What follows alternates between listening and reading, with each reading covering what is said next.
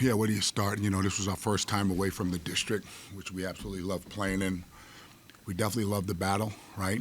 And in the battle, all the home teams have won. I thought they had incredible energy out here.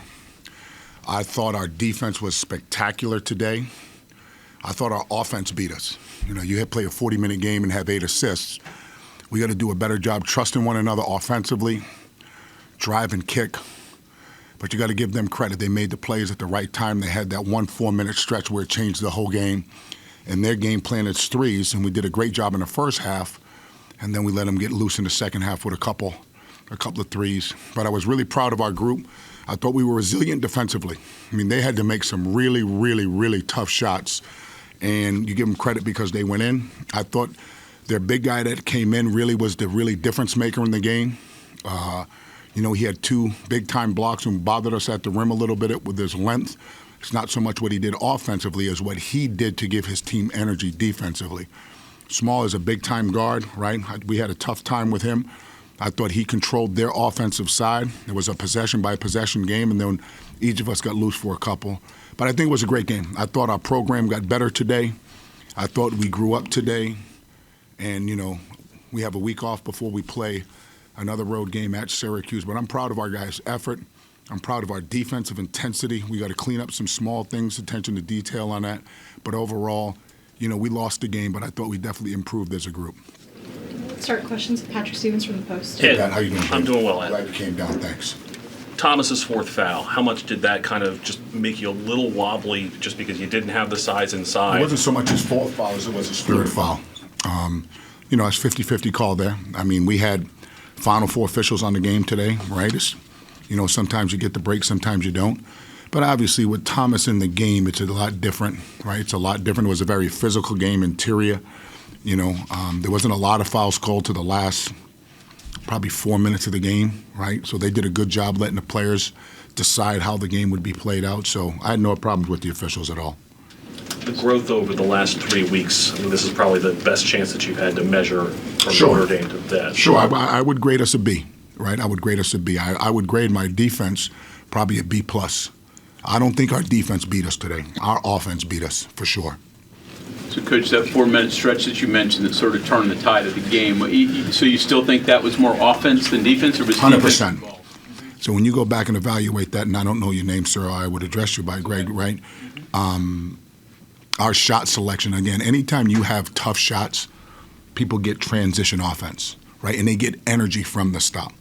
I tell you, when the ball has music, right, when the ball is singing, right, unbelievable music happens, and the music is the play. The music is body moving, screening, open shot, right? We didn't have good music today. You mentioned West Virginia kind of created their own offense. How would you grade your team's ability to kind of navigate through, a Coliseum that had a lot of energy?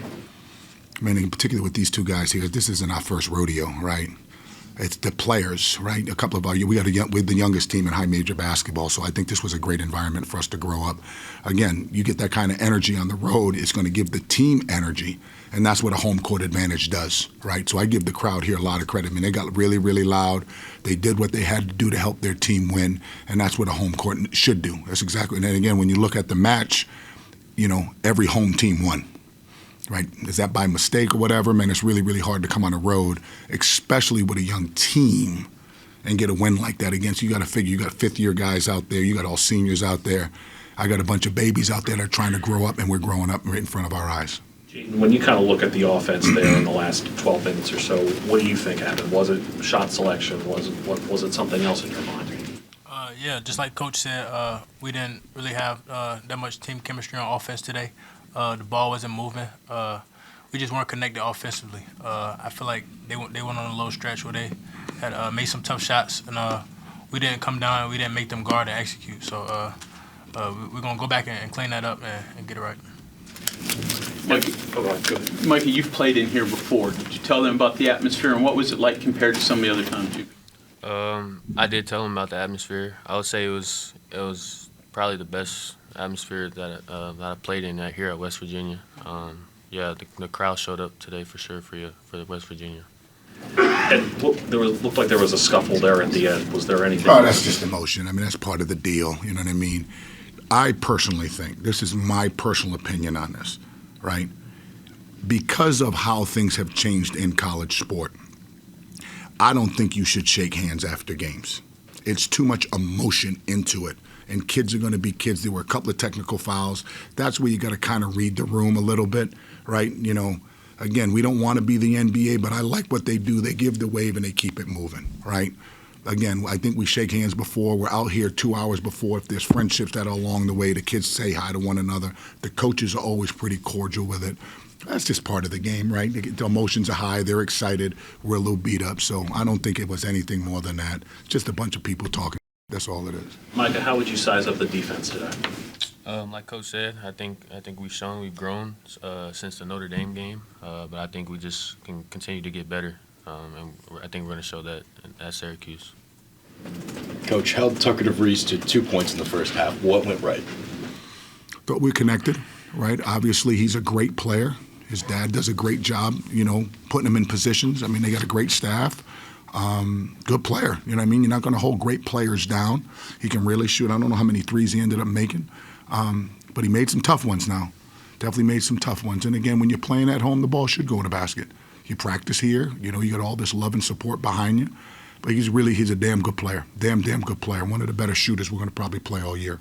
Jaden, to build up what Coach was saying about their shot blocking, it seemed like that did kind of frazzle you guys a little bit, given it looked like there were a couple of drives into the lane there in the second half, and it seemed like it went the other way pretty quickly from there. Yeah, they got athletes on the back end. We knew that coming into this game. We weren't scared to attack it, though. They just got a couple of good blocks on the defensive end in crunch time. Let's credit to them. They did a good job with that. Coach, your ability to double-team Javon at times obviously helps you disrupt West Virginia's offense a lot. Is just a case of, like you said, he's just so good that sometimes he's able to create even when you get a good double or get the ball out of his hands?